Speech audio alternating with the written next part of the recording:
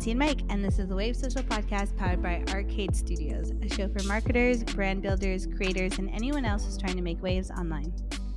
We sit down with experts and tastemakers behind today's up-and-coming brands. And today on the show, we have Scott Ujon. This was a really fun episode for me because it felt like almost like a therapy session. Yeah, he's just a really nice guy. Yeah, and it felt like I could actually connect to someone, not in the same level. Like he's got a crazy audience of over 100,000 subscribers on YouTube, but we kind of got into the nitty gritty of like the discipline and challenges of being a creator and being consistent.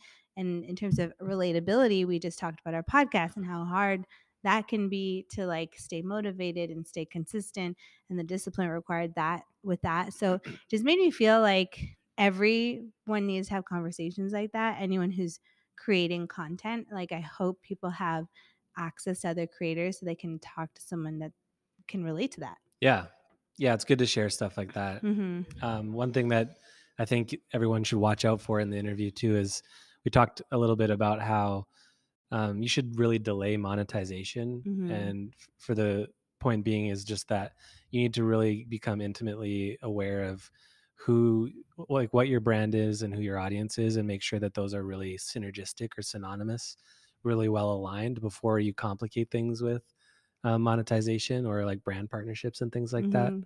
What? Synergistic is such a good word. Get off my back. I've never heard you say that word. I'm not mad about it. I'm just trying surprised. to paint a verbal picture here. It makes sense. It's not an incorrect word. Right. But good job.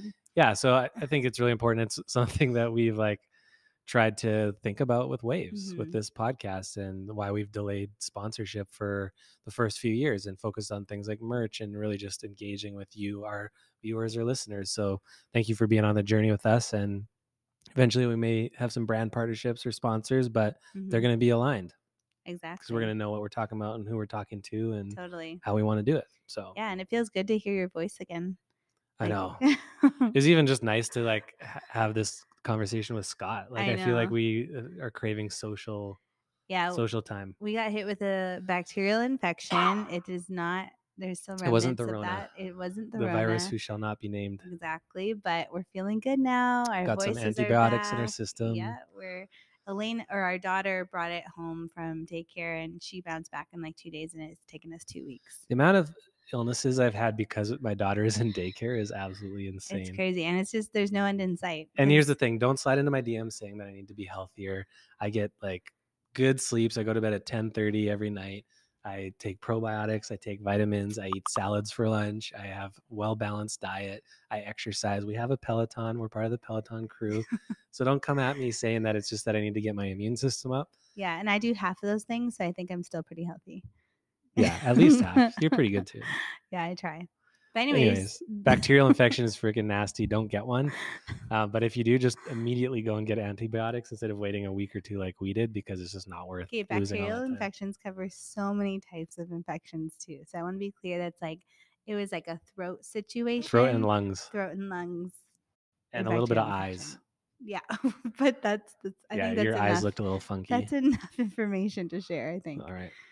Okay, speaking back to the episode, Scott is an artist and designer on YouTube. Like we mentioned, he has over 100,000 subscribers. He's got lots of knowledge to share in that area. He's on a mission to inspire a new generation of makers by sharing his creative process through storytelling and film. If you're a creator, if you're interested in being on YouTube, I know you're going to enjoy this episode. So have fun. Here comes Scott. Scott, welcome here, man. It's good to have you. Thank you. It's good to be here. We're just going to start right from the beginning. Obviously, you're a big man on YouTube. We want to know a little bit about what inspired you to get onto YouTube in the first place, and then what's kept you motivated as you've built and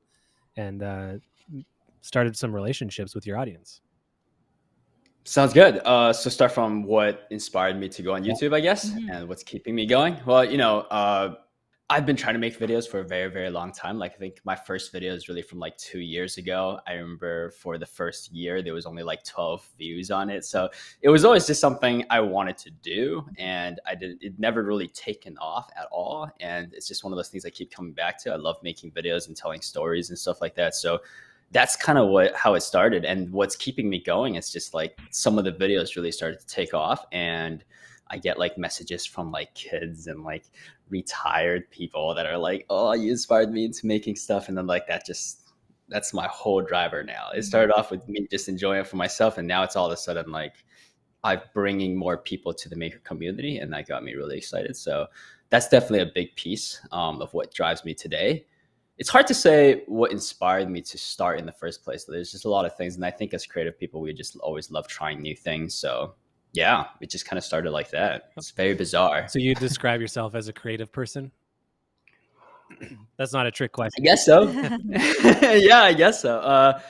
I've always looked for creative outlets. Here's a cool story. I actually like the biggest thing that led me to make videos in the first place, right? Like out of high school, I used to edit like music videos for my friends and stuff. And there's this whole backstory. In fact, I actually want to make a video about this. It's really bizarre, but there's this whole backstory where when I was graduating college, my mom got into like a freak accident, just the worst thing ever. Ruined her life a little bit. She's much better now, so don't panic. But when she was like in this terrible place, we were suing the company that did this to her. It's like this really dramatic accident, and we're still in lawsuits today. This happened like 6 years ago, and we're still in court today.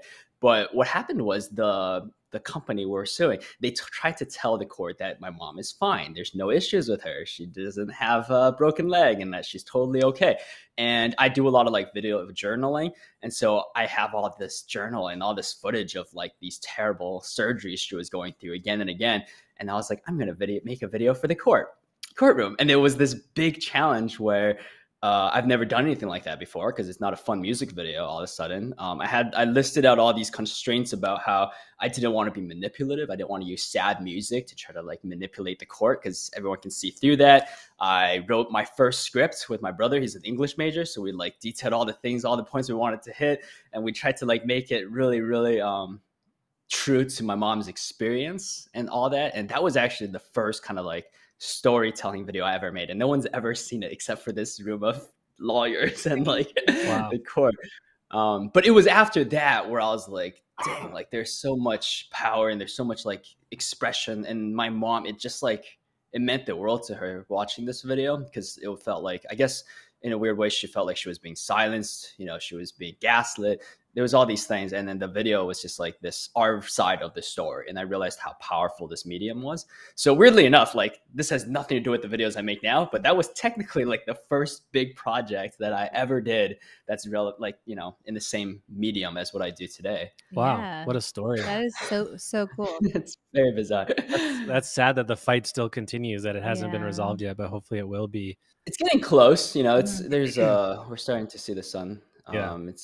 It's not bad. It's working out slowly and surely. And the video was weirdly enough, like did a lot to help us win our argument and stuff. So that's awesome. Yeah. So that was obviously, yeah, that was obviously a video that played into you thinking about doing more storytelling, but like you said, no one's ever seen it. What about some of the videos that people have seen? Is there one that you always come back to that you're like, maybe from earlier on when you started this, that you're like, that was the one that really got me excited or something like that? Not really. It's always the recent one. Like I have this weird thing where I'm always like, when I watch my old videos, they feel cringy. Yeah. I don't know. Do you guys get that with your podcast? Because I actually went back and listened to your first podcast episode. Oh, boy. Okay. And I was like, this is awesome. I actually listened to it just before jumping on it. And I was like, this is awesome. Yeah. There's something about like your roots, like how you started. It's really revealing, right? So I thought I'd get to know you guys through that way. Yeah. Yeah. We actually, today is our 4-year anniversary of running our business. So I was today going through like my camera roll and looking at like early videos of, our projects or like, behind the scenes. And like, I was thinking back on like how stoked we were at that moment.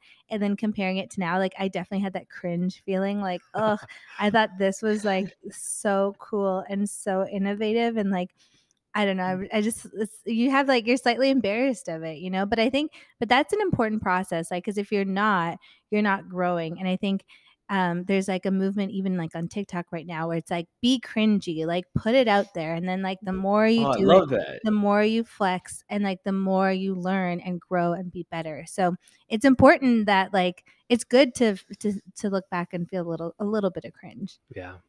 It's fair. And it's probably only yourself too. Totally.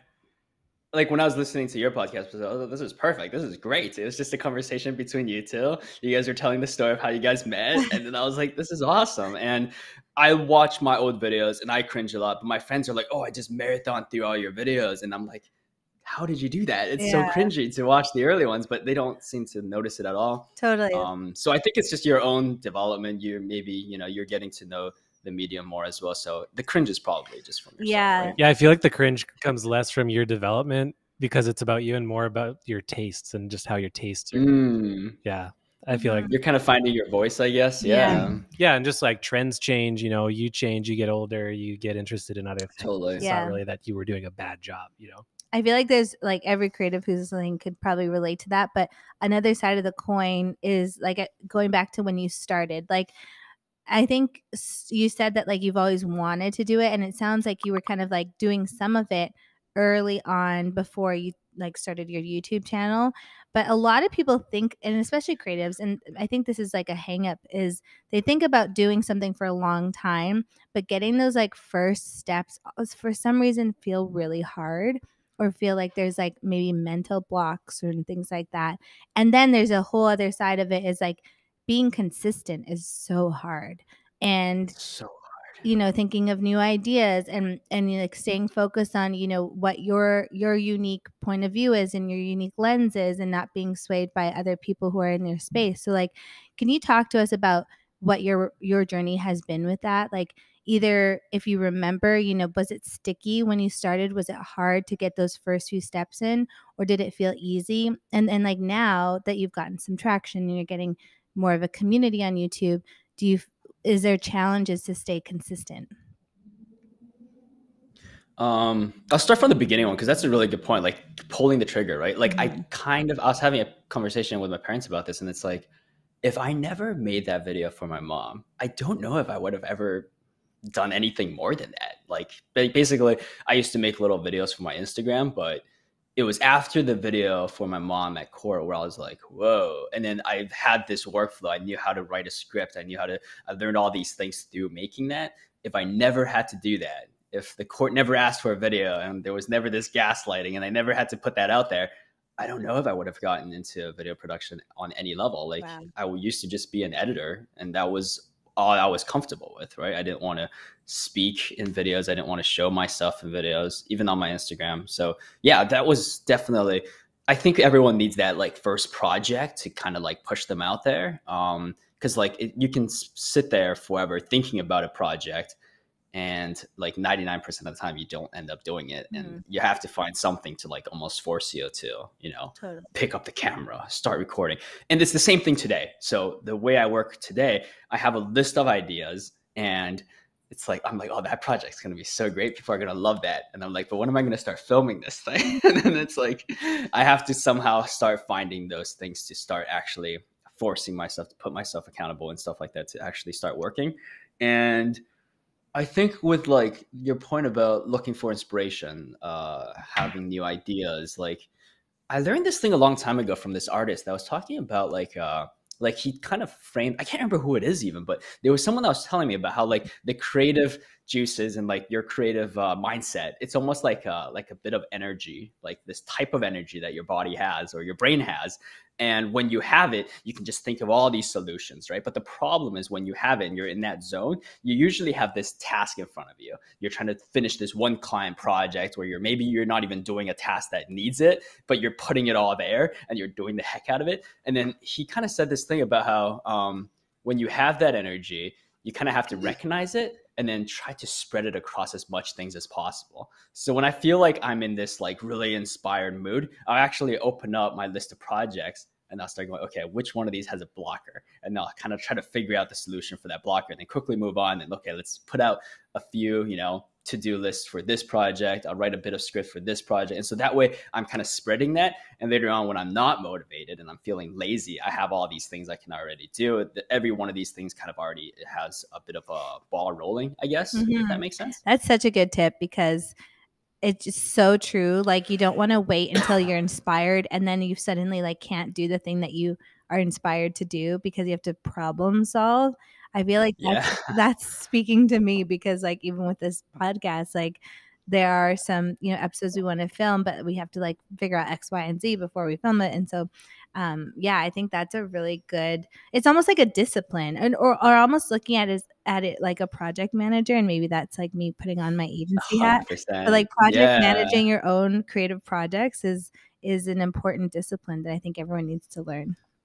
Yeah, Yeah, I used to do a lot of freelancing, so it's like similar lens of like the agency space, and it's always like jumping project to project. You have to be like, I kind of like have them set as like mental drawers. It's like I'm putting away this drawer, and I Mhm. can't think about that project for now. I'm going to think about this other one, and you have to be able to just like fully move on, or else your other client's not going to get their deliverable yeah, back. Totally. it's a certain level of discipline for sure.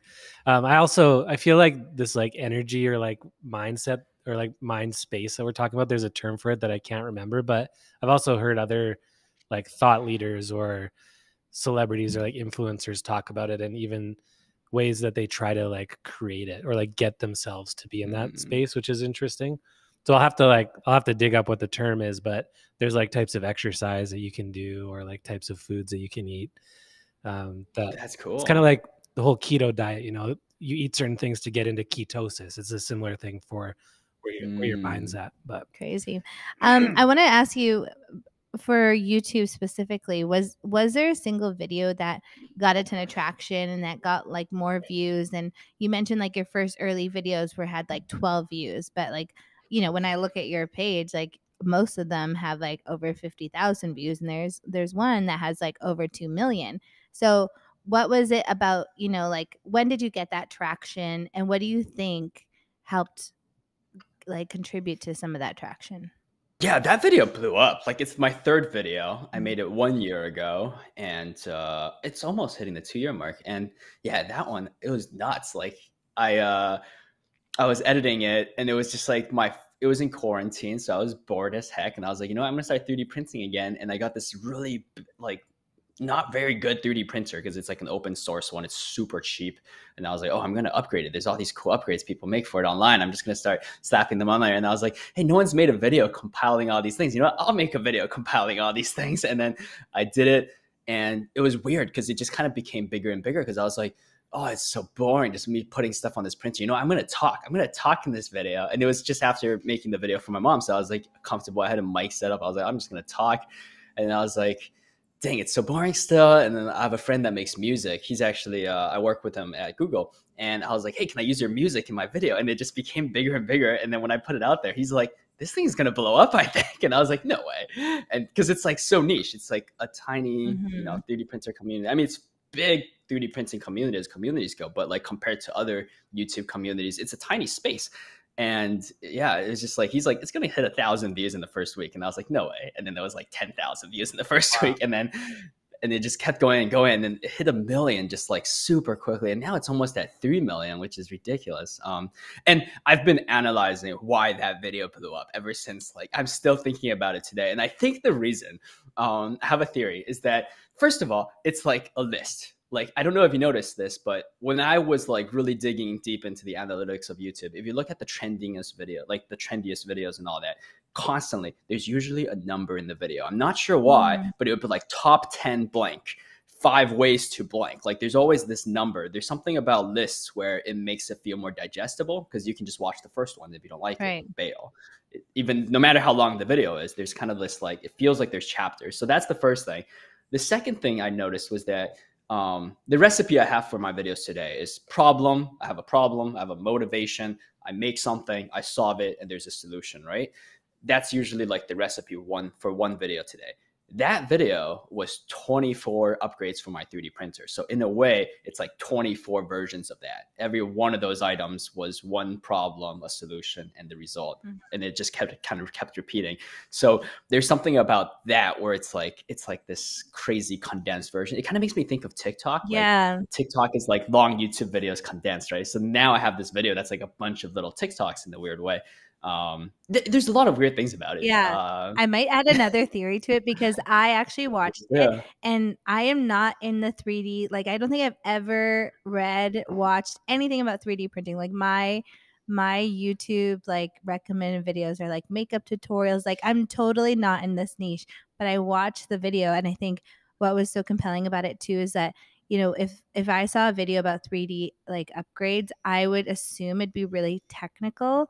But the ones that you did, like even some of the upgrades were like write the date on it or like add this little cute little bear. Like it was like anyone can do that or anyone can like gets it. You know, it's not like technical where it's like people can't relate or True. understand it. So I think if I had a theory about it, that's another element that I would add to that in addition to what you've said.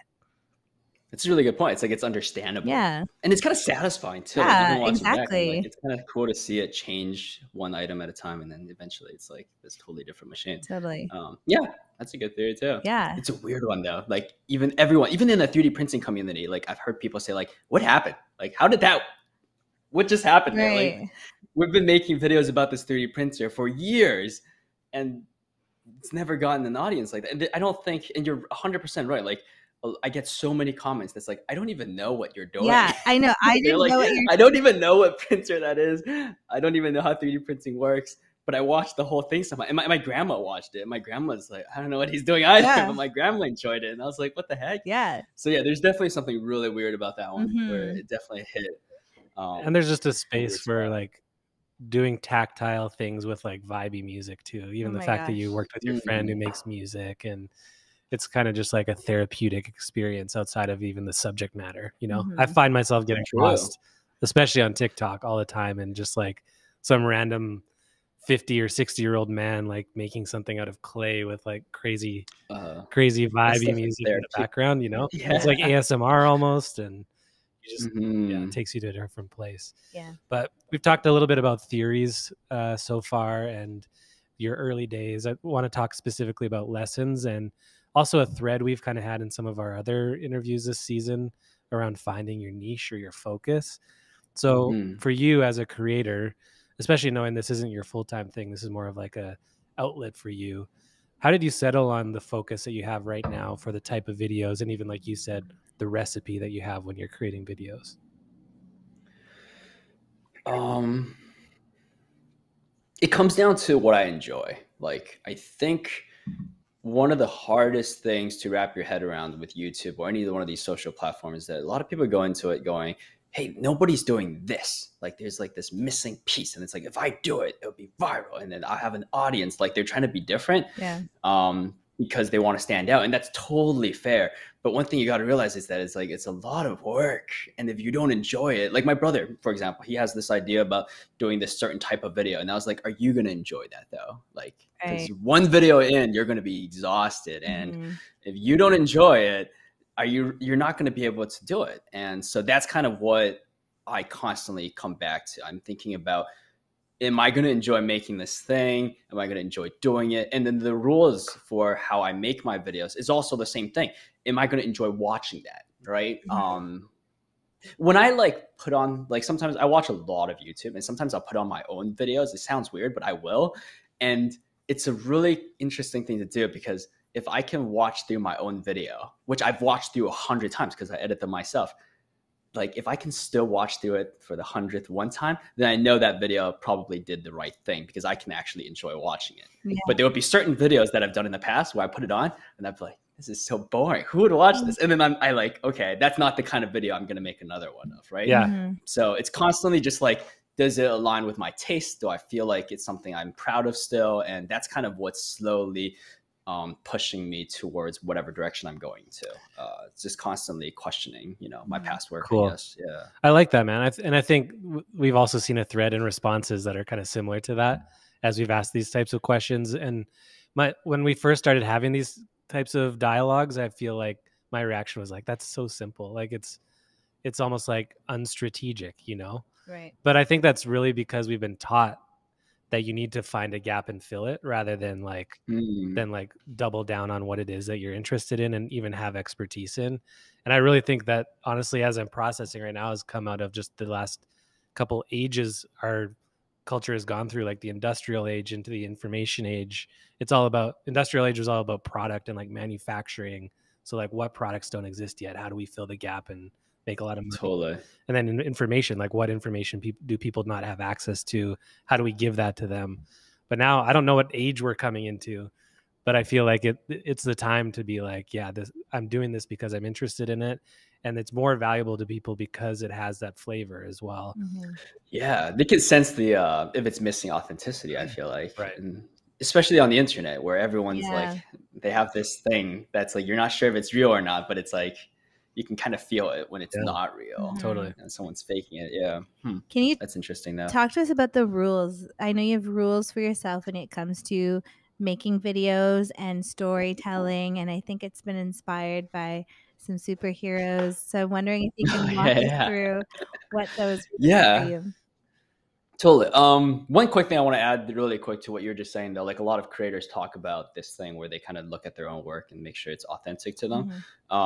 The really hard part about it is understanding your own taste, because it's one thing to say, hey, I like that movie, I like this thing, I like this YouTube channel, but it's so hard actually to know why. Like that's the constant thing I'm thinking. Like even me and you guys coming up with theories for why that video succeeded, like it's not easy. Like it's like even in our even having thought about why it hit 1 million views a year ago, like and it's closing to 3 million.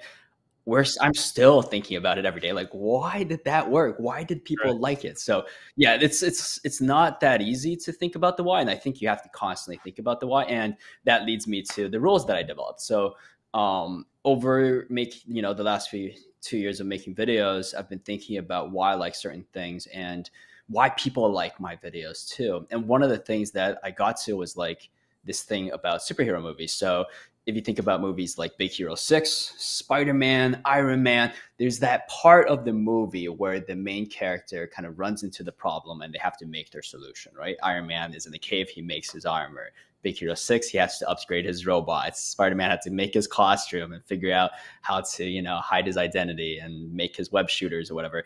And that part of the movie is always so satisfying for me to watch.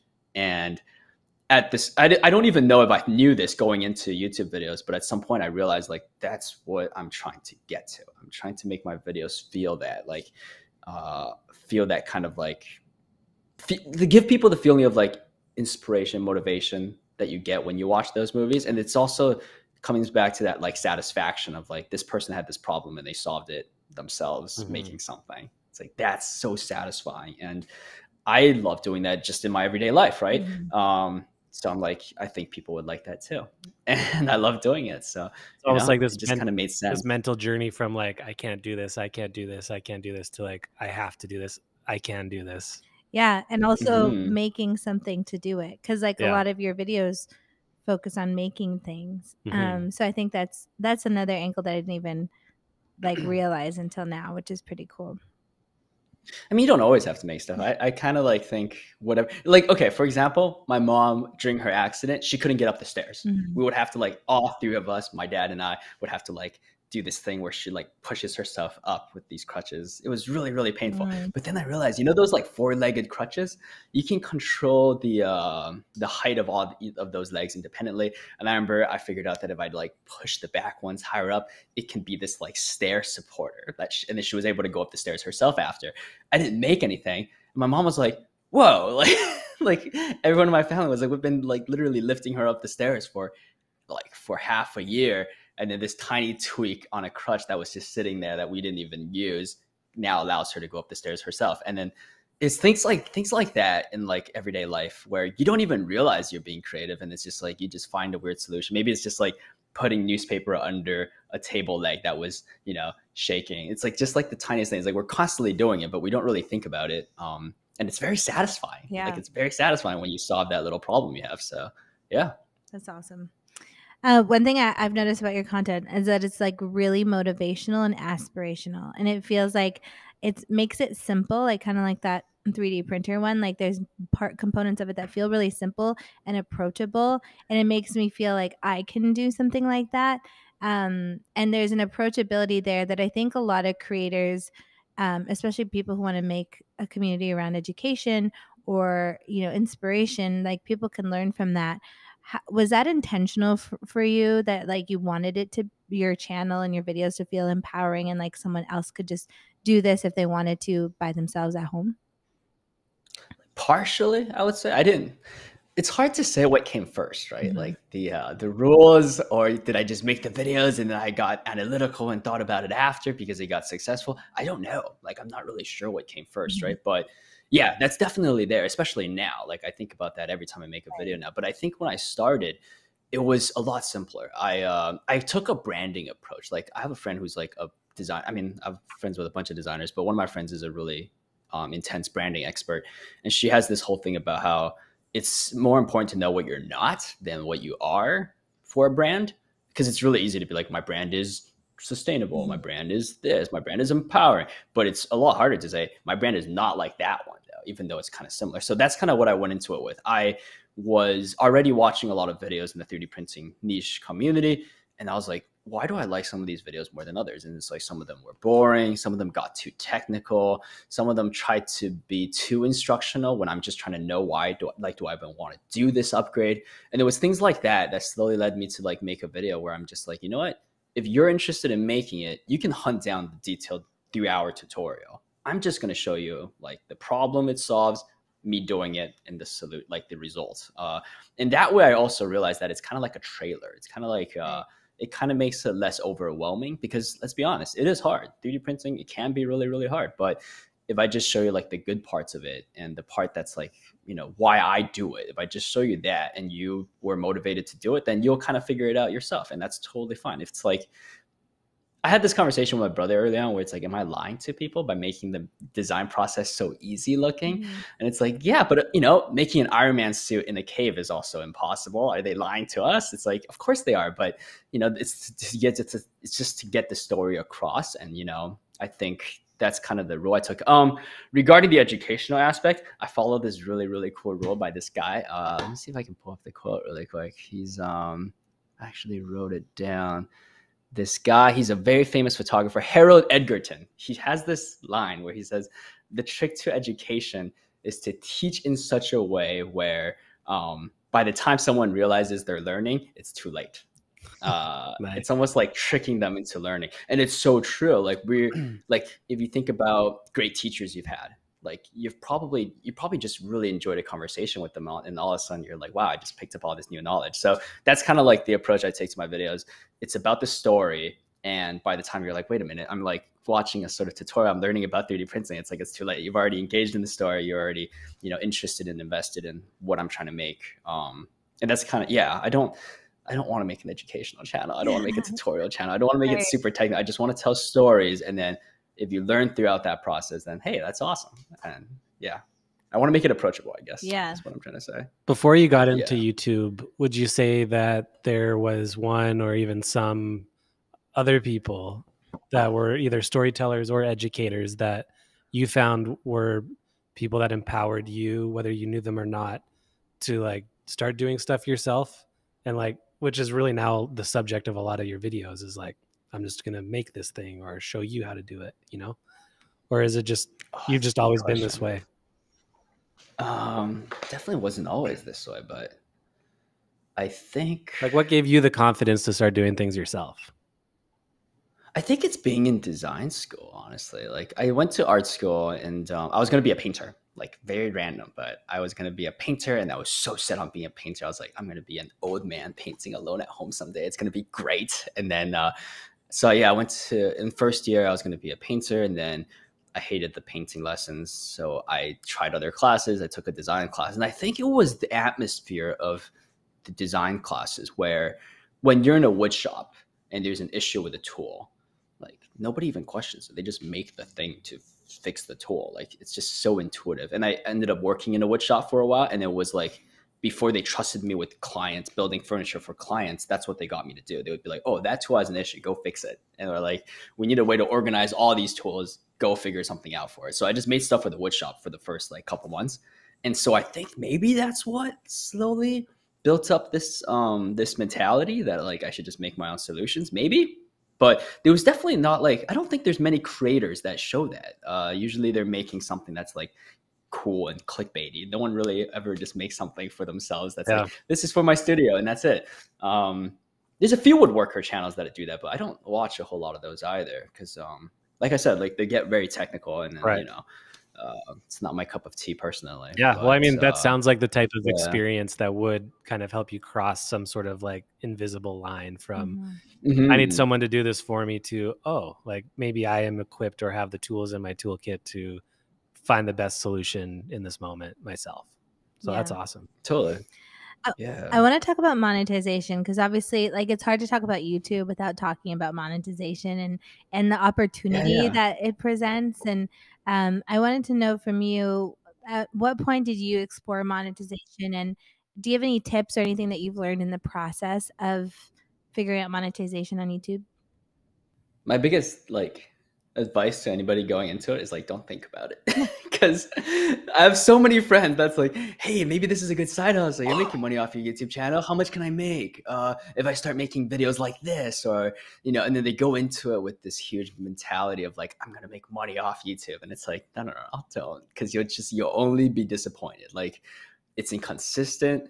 Of course it's there, and I'm making like a decent amount of money per video now, but like I got so lucky that I broke into this random niche and it just kind of worked out. But Mm. 99% of the time, it's going to be like inconsistent and very disappointing. Like I was watching an interview with Casey Neistat, this other big YouTuber, Mhm. and I think he said like the first 4 years of YouTube where he made videos every single day, there was $0 coming in, and then so, if that can happen, like that is draining. So if anybody comes into it wanting to monetize or whatever, it's like, oh, I just make sure you like what you're doing first is kind of like the most important thing. But yeah, once it's, my first video blew up, I got the subscriber count to a number where I qualify for monetization.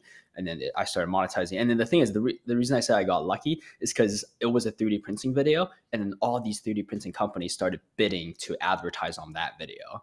And Oh. so my ad, I think I can't remember what it's called. It's like CPM or something. It's like the how much you get paid per ad just like shot up more than like I have other YouTube friends, and then they were telling me their CPM, and it was like it wasn't even half of what I was like getting for my that video's ads. It was really bizarre. Um, Interesting. so yeah, it's like you're not going to be able to predict that though. You'll never be able to plan for that to happen. And other people who are making 3D printing videos aren't getting the numbers that I got off from this, videos ads too. So you can't plan for it. I would say just focus on the content. Content is king. That's what they say in web design, right? Yep. Content is king. Just focus on the content. Make sure you enjoy it. And the monetization, there's other ways to monetize too, right? You can do sponsors. There's all these other things you can do. So yeah, YouTube monetization is like, oh, it's too hard to get right. It's Right. too unreliable. So yeah. Speaking of brands bidding on, like ad spots for your content, what about outside of the YouTube platform? Have you explored partnerships with brands as a means to monetize your content, or has it been strictly through this like actual monetization function of YouTube? Right now it's strictly through YouTube and Amazon affiliate links and stuff like that. That's actually making me more than YouTube monetization. That's what's shocking. Oh. So that's kind of what I mean by how unreliable YouTube ads are. Yeah. But I am looking into like sponsorship and stuff like that for videos. The weird thing is though, I kind of try to remind myself that that's not the goal. Like I have a full-time job right now. What my priority really is right now still is getting the voice right and branding and the messages right in my videos, the stories and stuff like that. I feel like I'm still developing that, and I don't want to be too I don't want to overthink certain things that's outside of this focus Yeah, kind of thing. Mhm. that's a good point. Yeah. Yeah. When you're you guys do marketing, right? So there's this constant thing with brands where when a brand is misaligned with the public perception, right? Like you talk to someone about, Nike or something, and then you talk to Nike and the people that work at Nike, and then what they think their brand is in the public perception. Sometimes they're aligned perfectly, sometimes they're not. I don't feel like what I think my channel is about and my videos are about is perfectly aligned with what I see in the comments and stuff like that right now and where I want Interesting. to take things. So that's kind of what I mean. It's like I'm still trying to figure out this part, and before it's perfect, I don't really want to do so many ad deals because that kind of like messes with your message and Yeah. your mission and all that. So yeah, I have other priorities. I guess is what I'm saying. Man, that's If such a that good makes point. I sense. want to hang on that for a second because I think whether it's creators or marketers or anybody listening to this, I feel like anyone who's thinking about getting into YouTube, they're already thinking about how do I make money? And they're skipping over. Obviously, there's an element of thought to brand, but it's more like, okay, what is my channel banner and like profile photo going to look like? And is there like a thumbnail style that I want to roll with? Yeah. And that kind of stuff. But that's like upfront, right? But there's all this brand work that needs to happen after that, that I think people just want to kind of fast forward past. But that's so crucial what you're saying about making sure that you take the time to, one, not rely on that new channel and that new work to produce income, and give yourself time like with another job or something like that.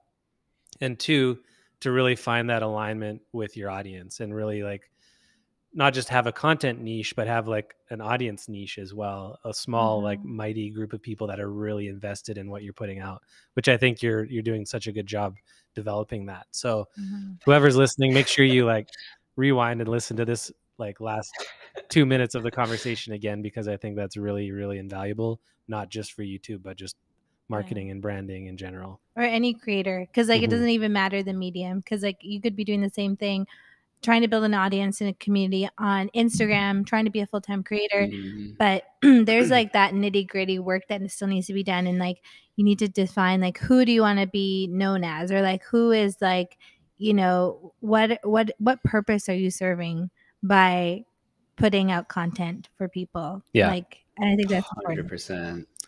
And if you don't know, other people will decide for you. Yeah. Or they just won't even feel it's authentic, and then they won't feel, you know, an attachment to your work. They won't connect with it, I guess, right? And if other people are going to decide for you, the last people you want to decide for you are advertisers. That's true. Oh, so true, right? Yeah, and that's coming from like a marketing and advertising agency. We do you know, advertising. you want to find the right advertisers that have the synergy with what your voice, your brand, and your audience already. 100%. Yeah, it's been the same way with our show. Like we've been doing it for a few years now, and we haven't had sponsors. We haven't tried to get sponsors because like it's the same reason, not necessarily articulated the same way, but we want to be us. We want to have full control, and we like rationalize it as like a marketing expense for our agency, and then we sell like a little bit of merch here and there to help cover some costs. Yeah, I saw that. In fact, one of the first episodes I saw was right after I put out my video, and that was my approach too. I was like, you know what? I'm not going to do sponsors yet. I'm just going to do merch first. And I put on your episode, and it was literally what you said.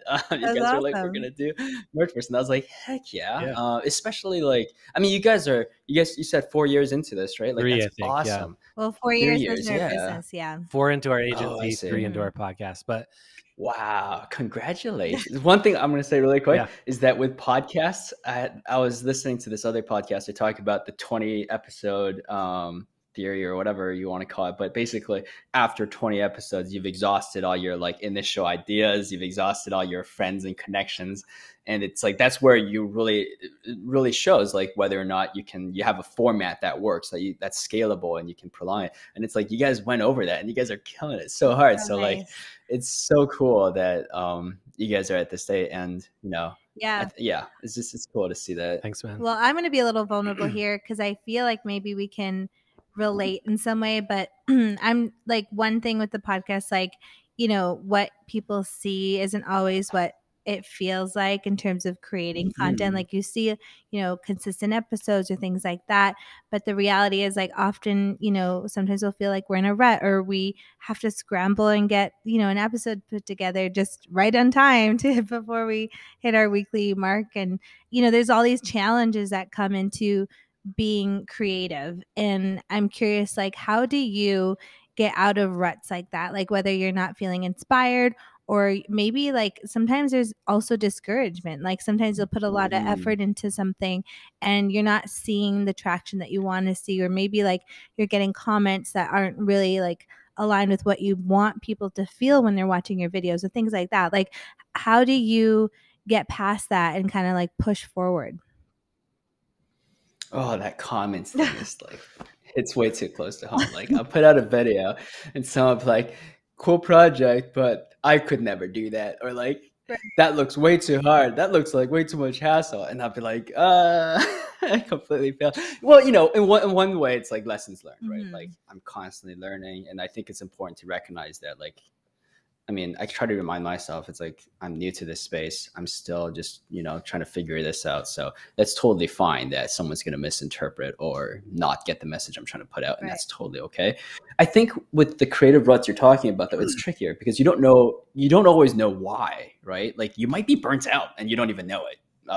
There might be something else in your life that's stressing you out. Maybe like for me, for example, like something at my 9 to 5 day job that's actually stressing me out in a way I'm not even realizing. And when I try to work on YouTube, I don't even notice that my mind's there and I can't. So it's like identifying the source of where that obstacle is coming from is not easy. And it's super like important because only then can you really try to find a solution to the spot you're in. Right. It's hard. It takes a while to recognize, like to know your body and mind so well that you know where that source is.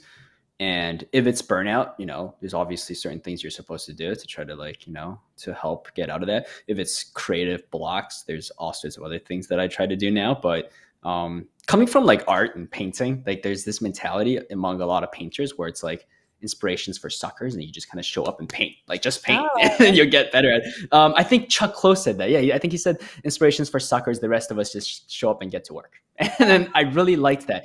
And so that's kind of why I said earlier that like when I feel motivated, I make a lot of lists of all these things I'm going to do later on. And when I'm not, I have this list and I can just feel like, you know what, I'm not motivated right now, but I'm just going to work. I have a list of to-do stuff, things need to get done, and I'll just do that. But if it's a burnout, then it's like, that's why you have to really know, because if it's burnout, then that's not going to help. You got to take a step back and go relax because, there's a whole, if you don't do it, then there's a whole other issue that will come down later on where you're exhausted. Yeah. There's nothing you can do except for step away. Right. So, yeah. Oh, how have you like figured out that discipline, that like creative discipline? Because like I really love what that quote, like it is work, and I think some people maybe glamorize it to think that it's like not work, but being consistent and putting out new ideas and videos all the time, that there takes a sense of discipline for that. And maybe you have the benefit of your painting background. I think that's so cool and it's so different. And even when I think about painters, like they have probably, this is an assumption, this might not be true, but painters, it just feels like there's so much work up front and it's very thankless, almost like they might never get big time. the the acclaim Yeah. that they aspire to. And even for creators too, it might take them years to build up the traction in the audience that they're aspiring to have. But they still maintain that discipline throughout that whole process to be putting stuff out there even when it's hard. Have you learned anything in that process of like making sure that you stay disciplined to put out the videos that you want to do? Like you've already given some amazing tips about when you're inspired to like make those lips and like remove any blockers, but anything outside of that that you feel like you could pass along to someone, especially people who want to get into YouTube? Totally. Yeah. I thought about this a lot because I think one of the questions you sent me in the email was like, what are your aspirations when you first started making videos?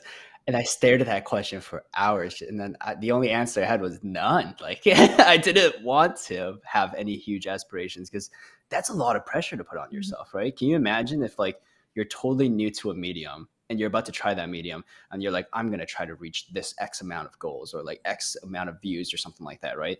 Like that is so much pressure and you're not going to be able to not think about that, right? So I started to think about like, okay, then why did I do it then? Why did I put out a video? There's no way there's zero aspirations though, right? Because that's a lie. There's always goals and, hopes and dreams. I have hopes and dreams. So I think a way to think about it, maybe that's like a little bit more realistic is just, like think about the content itself, right? When I first started that first video with the 24 upgrades or whatever, I was just like, I'm helping organize the information online. I'm going to make it easier for people to find it. And it's like, if one person finds that this useful, that they didn't need to go and watch all these tutorials and they can just watch mine and then dive deep into specific upgrades if they want to. Then it's like, hey, I did my job. And it's like, ooh, even better if I can make it entertaining. So even someone who isn't into this 3D printer can get through half of this video. I would feel so happy about that. And then I was like, hey, this is my first YouTube video. If my family who have zero interest in 3D printing can watch this video, that's another achievement right there. It's funny, when I showed that video to my parents, I didn't think they would sit through it. Like, I was like, oh, if they just watched like the first 10 seconds of it, I'd be so happy. Like, if my friends would watch it, I would be so happy. And that's all the goals and aspirations I had early on. I was just like, it was very small. And that's even now, like when I put out the recent video about the Mac Mini, I didn't think it would take off. And all I was thinking about was, you know what's funny? I didn't mention this. I don't know if you guys saw that one, but I made this like portable Mac Mini thing. That was a Christmas gift for my brother.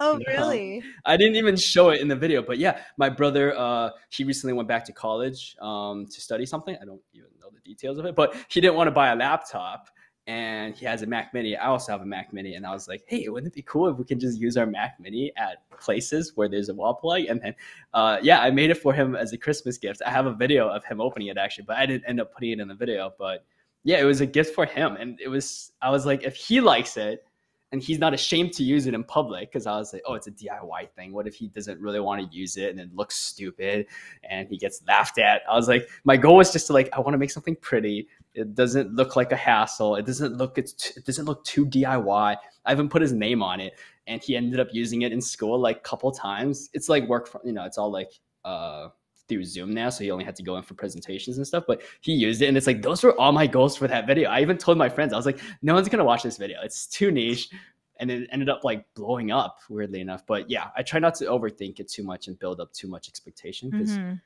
there's so much disappointment when you do that. Right. Yeah. Totally. I'd love to get into the nitty gritty of your process while we have you. Like, we don't always get that practical, but we like practical around here. So practical. Can you talk to us, like, how do you come up with ideas? First off, I know you're a list maker. How long does it take you to film them? How long does it take you to edit them? Like, talk to us about SEO. Can you just kind of take us top to bottom? SEO, I got nothing. All right, you guys probably know way more about it than I do. Yeah, I'll skip that one. I know. Talk about scripts instead. That's still one I'm struggling with. Yeah, totally, scripts.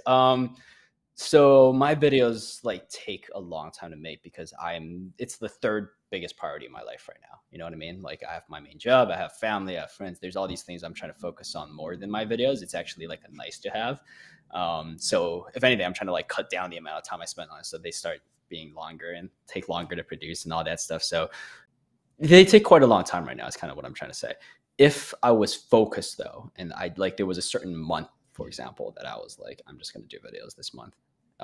It can be pretty quick. So it'd be like 2 weeks of shooting, 1 week of editing kind of thing, or whatever. Right. That's pretty realistic. But in terms of like writing the videos, it's like partially scripted, but the biggest tip I have for anyone trying to do this is, everyone has a different process, right? Like I said earlier, everyone has a different drive. Everyone has a different method that works for them. Some people like to make mind maps. That doesn't work for me at all. My mind's already all over the place. I don't need another tool that puts my mind, even more in a chaotic place. So I'm like that. There's certain, yeah, right. So it's like, I'm going to tell you my tool that I use, but it's definitely not prescriptive. But one thing that worked really well for me, I make lists, and the lists get messy. So one thing I started to do was Dan Harmon. Yeah, Dan Harmon. Do you guys know Dan Harmon? He's one of the writers on Community. He's a co-creator of Rick and Morty. He came up with this thing ages ago when he was writing Community called the Story Circle.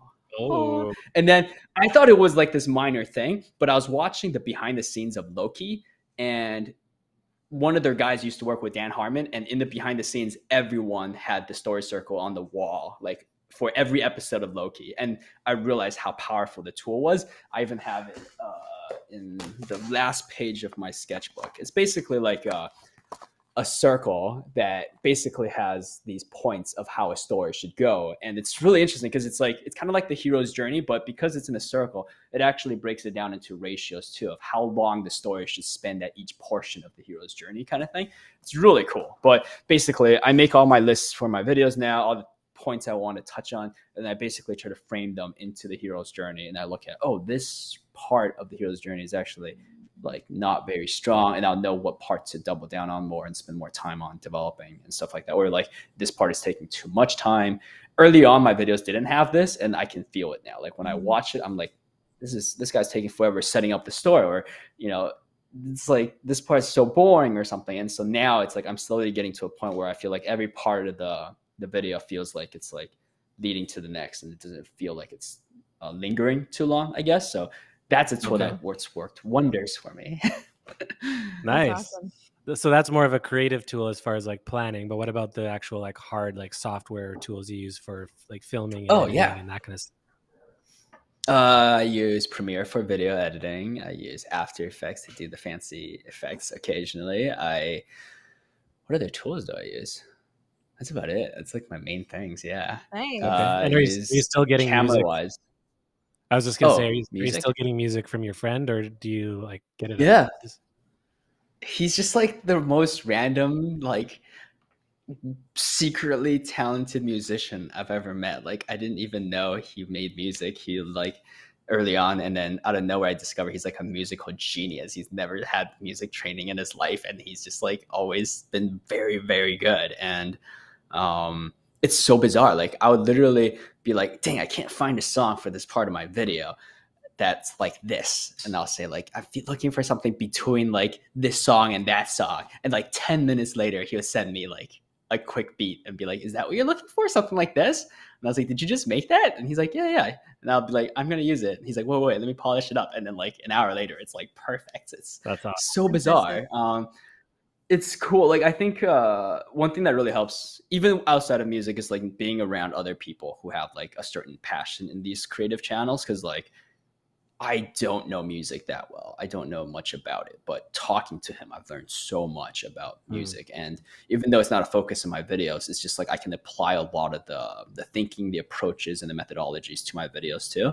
So yeah, there's a lot more crossover between these, mediums than sometimes we think. So, nice. Yeah, it's cool. Sorry. He was gonna tell us about his camera gear too. Oh, right. Sorry. Oh, do you want to hear about it? Like, I don't know. Yeah, rattle it off. It doesn't mean much to me, but to our listeners, it'll mean something. All right. Yeah. I'm using a Sony A7C right now as my webcam. It's very nice. I use a series of very classy lenses with big apertures. What else do I get? Honestly, though, it's like a side thing. Like if you watch early on in my YouTube videos, they're all filmed on my iPhone, actually. So really, like if all the videos early on were on my iPhone, and a lot of people don't even notice that. In fact, in one of the videos, I tried to show it too, because people were like, "What camera are you using?" And I was like, "It's just my phone." Like, that's really and even now, certain scenes would be filmed on like really crappy cameras. I'm trying to like make it very cinematic now, and obviously, I have a huge interest in film because I love movies. So I'm trying to explore this area and learn more about this area. So I try not to use my iPhone anymore, but sometimes I still do for certain things just because it's so much easier and quicker. So yeah. Awesome. What part of the process do you love, and what part of the process do you hate? It's funny. There's no part of the process I hate. I love every part of it. The only process I hate is everything outside of content creation. It's like figuring out my taxes. Like, oh, geez, YouTube taxes. Like, what the heck?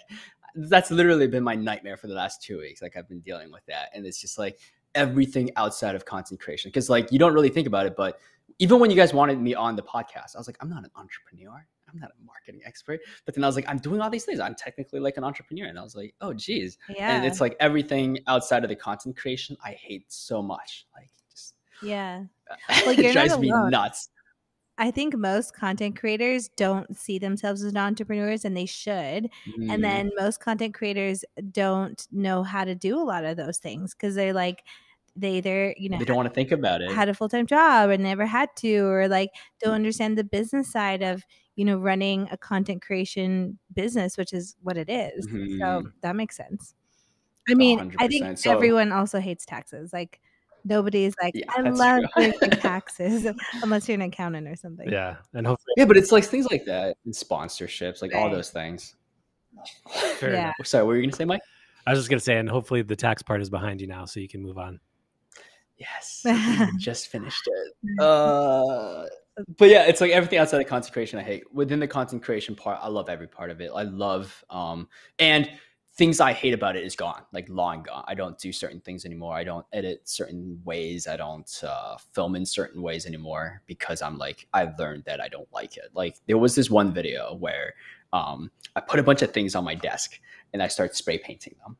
in the video, that's what it looks like. But in reality, I can't spray paint in my dining room. Like that's not going to work out. Right. So in reality, I had to like put them on my desk and then match the same placement on my balcony where I was going to spray paint it. And there was this like, I wanted this seamless transition so bad. And then I had to figure out how to put my lights on my balcony so it's lit the same. And then it was just for this 1 second transition. And my mom's like, who's going to even notice that? And I was like, it's going to be so seamless. It's going to be perfect. And it ended up taking me 2 days because I couldn't get on my balcony. It was bad weather and I couldn't get the lighting right. And then it didn't end up even looking so good. And so there's these lessons you learn along the way where you're like, no, that's not worth it. That's not what I got into the space to do. I'm here to have fun. And you'll find very quickly what you enjoy and what you don't enjoy. And now it's like most of the things I do in my videos, I love. And then, yeah, I think I'm still, there's maybe certain things that's like a hassle, but most of them I'm like, this is worth it. And it's so satisfying to get certain transitions right and all that. So awesome. Yeah. Cool, man. You have to be really conscious or else you're like burnt out and you're doing all these things you hate and you don't even realize. Yeah, you got to learn those lessons. For sure. Yeah. What is one piece of advice that has stuck with you that someone's given you along the way that you could pass on to our listeners? The one that's kind of stuck with me my whole life is this one I got from my dad. He told me a long time ago that how did he put it? It's in Chinese, so I'm trying to think what's the best way to translate it. Me and my brother used to be like really like envious and jealous of other people that have success or have whatever we don't. And he said this thing to us. He said, chances are for those who are prepared. And so ever since then, I'm just like, I'm going to be prepared. I'm going to learn the things that, you know, that will let me do the things I want to do. I'm going to learn video editing. I'm going to learn all these things and I'm going to be prepared. And you never know when the chance will come by. So yeah, that's good advice. It's a pretty simple one. Yeah. Okay. We like to ask all of our guests this question: who's making waves right now and why? Well, aside from you guys. Oh, wow. It's hard to say because there's so many niches, but like I guess the recent ones I've really got my eye on is like listening to you guys' podcast has been amazing. Love the people you guys interview. Oh, it's so nice. Another person I've been really looking at is I don't even know if this makes sense, but American Baron. Have you guys heard of this guy on TikTok? Oh, he's such a weird guy. I love him so much. He's weirdly enough my favorite director right now, like favorite director and writer, and he's a TikToker. Like he's making every one of his TikToks feel like short films. They're amazing. Crazy. And yeah, I heavily recommend him. Check out his content. You watch like one of his TikToks made me cry. And I was like, what is going on? Like he's doing something I don't think has ever been done before in filmmaking and TikTok and social media. And it's just like, yeah, I think he's going to be really interesting. Cool. To keep an eye on. We'll add that to the show notes. I'll be scrolling that all night tonight. Now that it's the weekend. Please do. It's really awesome stuff. Yeah. Cool, man. Well, Scott, it was so good to have you on the show. Mm-hmm. Really, really easy to chat and obviously a lot of value here. So thank you so much for having me. Stay in touch. This is my first like podcast. I know. We're honored. We're honored that you agreed to us. Totally. We're very honored.